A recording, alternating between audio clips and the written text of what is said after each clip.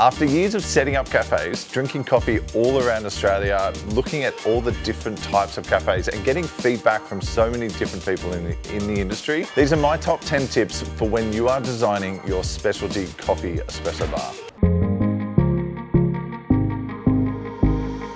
So number one, we'll just kick it off with an obvious, nice, clean, minimal look. Now, you know from the Artisti branding, this is the look and feel that we went for to give every cafe a fresh, clean, modern vibe.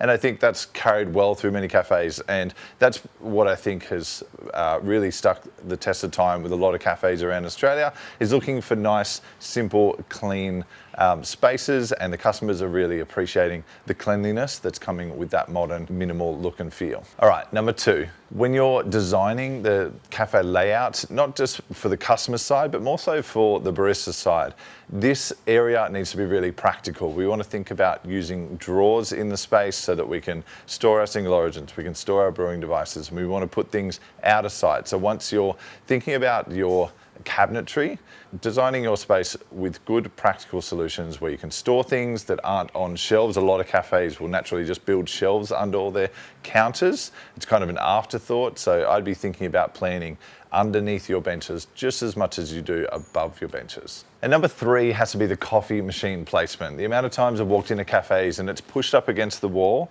In some situations, maybe it's a way that you can see what the barista's doing, which is coming up, but what we actually want to do is highlight the coffee machine. You should be proud of the coffee machine. And I said we're talking about specialty coffee shops here. We're not talking about every generic cafe that we just want to set up a coffee and pump out brews. We're talking about how to look like a specialty coffee shop, how to portray yourself as you know what you're talking about, what the customers are attracted to. It's going to give you a point of difference. And one of those is definitely going to be the position that you put your coffee equipment so that your customers can see that. They can see the brands and everything you're working with. Number four is your own personal branding. Now, we work with cafes all the time. Our branding is a part of what they do. They might use our umbrellas or A-frames and our coffee cups, but that needs to tie back into your personal brand as well. That can be as simple as tying in the color of your coffee machine with some other highlights in the cafe. Think about being cohesive. I definitely see over the years of cafes being open, they are losing their way with their own personal brand. Different staff members will start hanging things up. Owners will, change colors of different things. So having some consistency is really going to help you own your brand. And then if you're going to do any graphic design work or even printed menus, thinking about cohesive font types and reusing the same kind of styling so you don't have a crazy amount of different things in your cafe that people are very confused by. So create a bit of a brand guidelines for yourself and stick to it over the years. It'll make your life easier, but it will also give your customers confidence in your brand and recognizability as well. Number five, if you want to look like a true specialty coffee shop, you got to have some retail products. Not retail products just for show, because if a customer asks you about them, you need to know how to brew them. I'm talking selling an AeroPress, some paper filters, anything that will entice the specialty coffee drinker into your shop. It is another revenue source. It's something that you can sell, but I do see it as a way that people can really attach themselves to specialty coffee as well. Number six is transparency of the process. Don't be shy to let people see what you're doing. Having an open bar can be daunting to some people, and that might mean that you are kind of admitting that you're doing something you don't want people to see. And that would imply you're not using good products, you don't have good processes, or maybe you're really messy, and that's something you want to hide. But in specialty coffee, you will notice that people have open bars. We have spaces where we want to pour latte art onto, and we don't want to hide the baristas. We want people to be able to see the process of making a pour over, because that is a big part of the experience. It's not just about the cup that gets handed to at the end of the day, because there's plenty of cafes just handing out cups, especially through drive-thrus, and we want to make sure that we're giving them the full experience. And if they can see you crafting that coffee, that's going to show them value, and they're going to pay a premium for that coffee. So let's make sure they can see the process of you preparing their drinks. Number seven has got to be the efficient bar design. Now, we've done heaps of content on this before, so check in the description. There'll be links to other videos of how to set up a specialty coffee bar. It is designed for efficiency, it's designed for speed, it's designed so that the customers can see what's doing, but you can also interact with them and have a conversation. You can utilize staff that are at the till, and they're also being able to help on the coffee machine.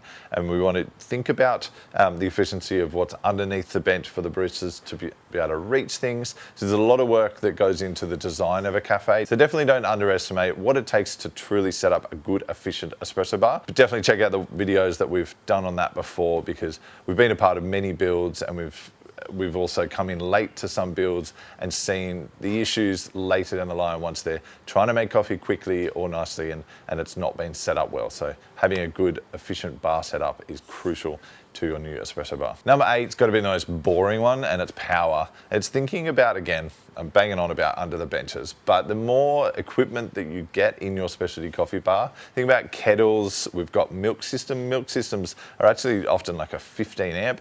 A 2-group machine might be 20 amps and a 3-group's 32. So it's a lot of power. This is often a hurdle for a lot of people if they're going into a smaller space or an old building. It doesn't have the power, and it's something to definitely think about when you're laying out your specialty bar and thinking about what your menu is and what you're going to serve. So it's definitely a question we talk to our cafe partners about early on in the piece to make sure that they're truly going to be able to facilitate all of the equipment they need to offer the full menu at the end of the day, because you hate to be restricted in your specialty coffee menu because you can't have a milk system or you can't have those extra kettles for pour overs and whatnot. So thinking about the specifics of the equipment you're going to use and the menu you hope to make is a big part of the planning process for your specialty coffee bar. Number 9 is crockery. Crockery and glassware is such a big part of the experience for a customer. Putting your lips on something that is like not a nice texture can ruin the experience of drinking a good cup of coffee.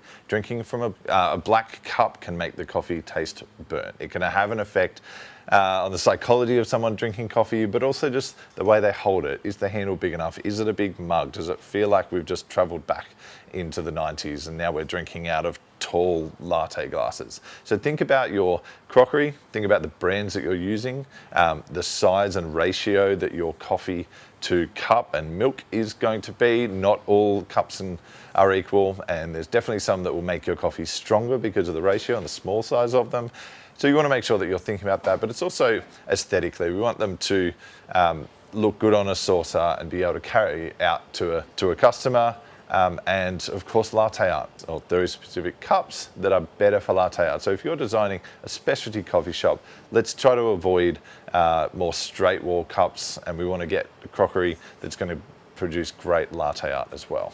And lucky last, we're at number 10, and this is atmosphere and lighting. Now, the worst thing you can do is not have music playing in your cafe. There is a lot of vibe that comes from the music. There's a lot of it's the thing that can attract people. It feels super awkward to walk into a cafe without music. So it's not just music, it's music that's suitable for a cafe. There's plenty of good playlists out there. You can definitely find good music on YouTube or Spotify, anywhere that's going to create a nice vibe for your cafe. It can be the thing that you actually manage from the morning vibe to the afternoon vibe. Pump it up a little bit, get your customers excited, have the volume a little bit louder and get that vibe pumping so that while they're sitting in there, it's a vibe. And we're also thinking about lighting. We're thinking about atmosphere and the whole environment. If you're a cafe owner and you're often going into a cafe, you don't notice these things. Ask your customers and find out, have a look around. Where are people sitting? What's the lighting like in all different seats? So we want to have that experience, whether it's natural light or we're creating that light. So the vibe and the atmosphere is such a big part of the coffee experience. And again, we're just trying to create a specialty coffee bar. This is not a grab and go, run out the door, cheap coffee option. This is a specialty coffee bar where we're giving people an experience, not only with a good cup of coffee, with the whole experience of what they're getting from going to your specialty coffee bar. These are my top 10 things that I think every current cafe owner should be thinking about if they want to change some things in their cafes. If you're a barista and you want to suggest these to your cafe, or if you're building a new cafe, maybe I can help you implement these things into your cafe and I can advise on this. So definitely reach out to Artisti, go to artisti.com.au. Reach out to the team, we'll be able to support you in your cafe journey. And if you have more suggestions, put them in the comments below.